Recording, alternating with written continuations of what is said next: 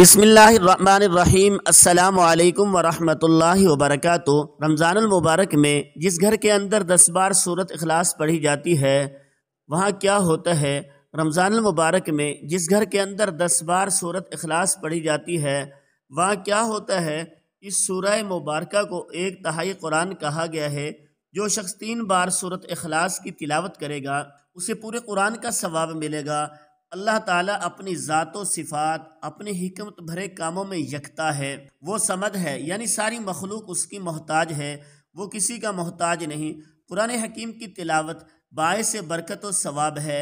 نبی کریم صلی اللہ علیہ وآلہ وسلم نے قرآن حکیم کی بعض صورتوں کے بڑے فضائل بیان فرمائے ہیں، جن کے پڑھنے سے جہاں دنیاوی اور اخروی فوائد حاصل ہوتے ہیں وہاں روزمرہ کی زندگی کے امور میں برکت ہوتی ہے۔ ان فضائل کی ایک دوسری حکمت یہ بھی ہے کہ ان میں روزمرہ کی زندگی گزارنے کا طریقہ اور سلیقہ بھی بتایا گیا ہے۔ انہی صورتوں میں قرآن حکیم کے آخری پارے میں موجود ایک مختصر اور انتہائی آسان سورت مبارکہ ہے، سورۃ اخلاص۔ سورۃ اخلاص بڑی فضیلت کے حامل ہے۔ نبی کریم صلی اللہ علیہ وآلہ وسلم نے ثلث القرآن یعنی 1/3 قرآن قرار دیا ہے اور اسے رات کو پڑھنے کی تاکید فرمائی ہے۔ بعض صحابہ ہر رکعت میں دیگر صورتوں کے ساتھ سورۃ اخلاص ضرور پڑھتے تھے، جس پر نبی کریم صلی اللہ علیہ وسلم نے انہیں فرمایا کہ تمہاری اس کے ساتھ محبت تمہیں جنت میں داخل کرے گی۔ سورۃ اخلاص کے شان نزول کے بارے میں حضرت اکرمہ سے روایت ہے کہ یہود کہتے تھے ہم حضرت عزیر کو اس لیے پوجتے ہیں وہ اللہ کے بیٹے ہیں۔ نصرانی کہتے تھے ہم حضرت عیسیٰ کو اس لیے پوجتے ہیں وہ اللہ کے بیٹے ہیں۔ مجوسی کہتے تھے ہم سورج چاند کو پرستش اس لیے کرتے ہیں۔ وہ مشرکوں کا کہنا تھا کہ ہم بت پرست اس لیے ہیں کیونکہ یہ بت ہماری حاجتیں پوری کرتے ہیں۔ ان سب کے جواب میں اللہ تعالیٰ نے یہ صورت اتاری۔ اللہ تعالیٰ احد ہے، اس جیسا کوئی نہیں، اس کا کوئی وزیر نہیں، اس کا کوئی ہمسر نہیں، اس کے برابر اور کوئی نہیں، اس کے سوا کسی میں الوہیت نہیں۔ اللہ اپنی ذات و صفات، اپنے حکمت بھرے کاموں میں یکتا ہے۔ وہ صمد ہے، یعنی ساری مخلوق اس کے محتاج ہے، وہ کسی کا محتاج نہیں۔ سورۃ اخلاص جو خاص محبت رکھتا ہے، سورۃ اخلاص سے جو خاص طور پہ محبت رکھتا ہے تو اللہ تعالیٰ اسے محبت رکھتا ہے اور وہ جنت کا مستحق ٹھہرتا ہے۔ ام المؤمنین عمہ عائشہ صدیقہ رضی اللہ تعالیٰ عنہ سے روایت ہے کہ رسول اکرم صلی اللہ علیہ وآلہ وسلم نے ایک شخص کو فوج کا سردار بنا کر بھیجا۔ سردار فوج کو جب کبھی نماز پڑھاتے، قرآن کریم کی تلاوت کرتے تو ہمیشہ سورۃ اخلاص پر ختم کرتے۔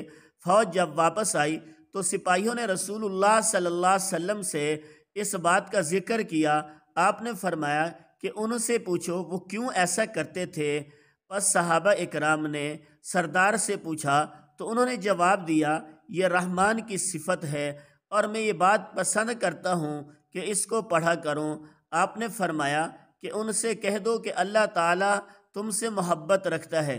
حضرت انس بن مالک فرماتے ہیں کہ ایک انصاری مسجد قباء میں ہماری امامت کے فرائض ادا کرتے تھے۔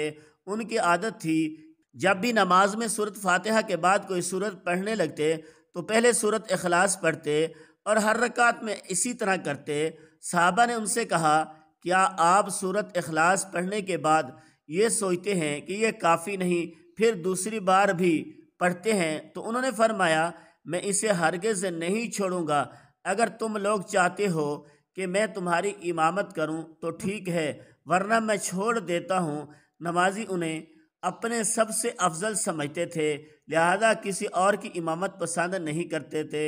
چنانچہ جب رسول اللہ صلی اللہ علیہ وآلہ وسلم تشریف لائے تو صحابہ اکرام گئے۔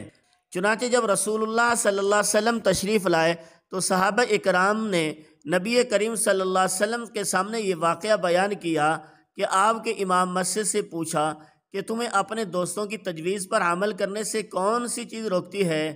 کیا وجہ ہے کہ تم ہر رکعت میں سورۃ اخلاص پڑھتے ہو؟ انہوں نے عرض کیا یا رسول اللہ صلی اللہ علیہ وسلم میں اس سورت سے محبت کرتا ہوں۔ آپ نے فرمایا تمہیں اس سورت سے محبت یقیناً جنت میں داخل کرے گی۔ روایات میں اس سورہ مبارکہ کو 1/3 قرآن کہا گیا ہے، یعنی جو شخص 3 بار سورۃ اخلاص کی تلاوت کرے گا اسے پورے قرآن کا ثواب ملے گا۔ سیدنا ابو درداء نبی کریم صلی اللہ علیہ وسلم سے روایت کرتے ہیں کہ آپ نے فرمایا، کیا تم میں سے کوئی اس بات سے عاجز ہے کہ ہر رات 1/3 قرآن پڑھ لے؟ صحابہ نے عرض کیا کہ کوئی تہائی قرآن کیسے پڑھ سکتا ہے؟ آپ نے فرمایا کہ قل هو اللہ احد 1/3 قرآن کے برابر ہے۔ رمضان میں جس گھر میں روزانہ 10 بار سورۃ اخلاص پڑھی جاتی ہے اس گھر میں روزانہ رزق کے فرشتے اترتے ہیں اور بہاد رزق اترتا ہے اور اس گھر سے تنگیاں، مشکلات، مصائب اٹھا لیے جاتے ہیں۔ اللہ ہم سب کے حامی و ناصر ہوں۔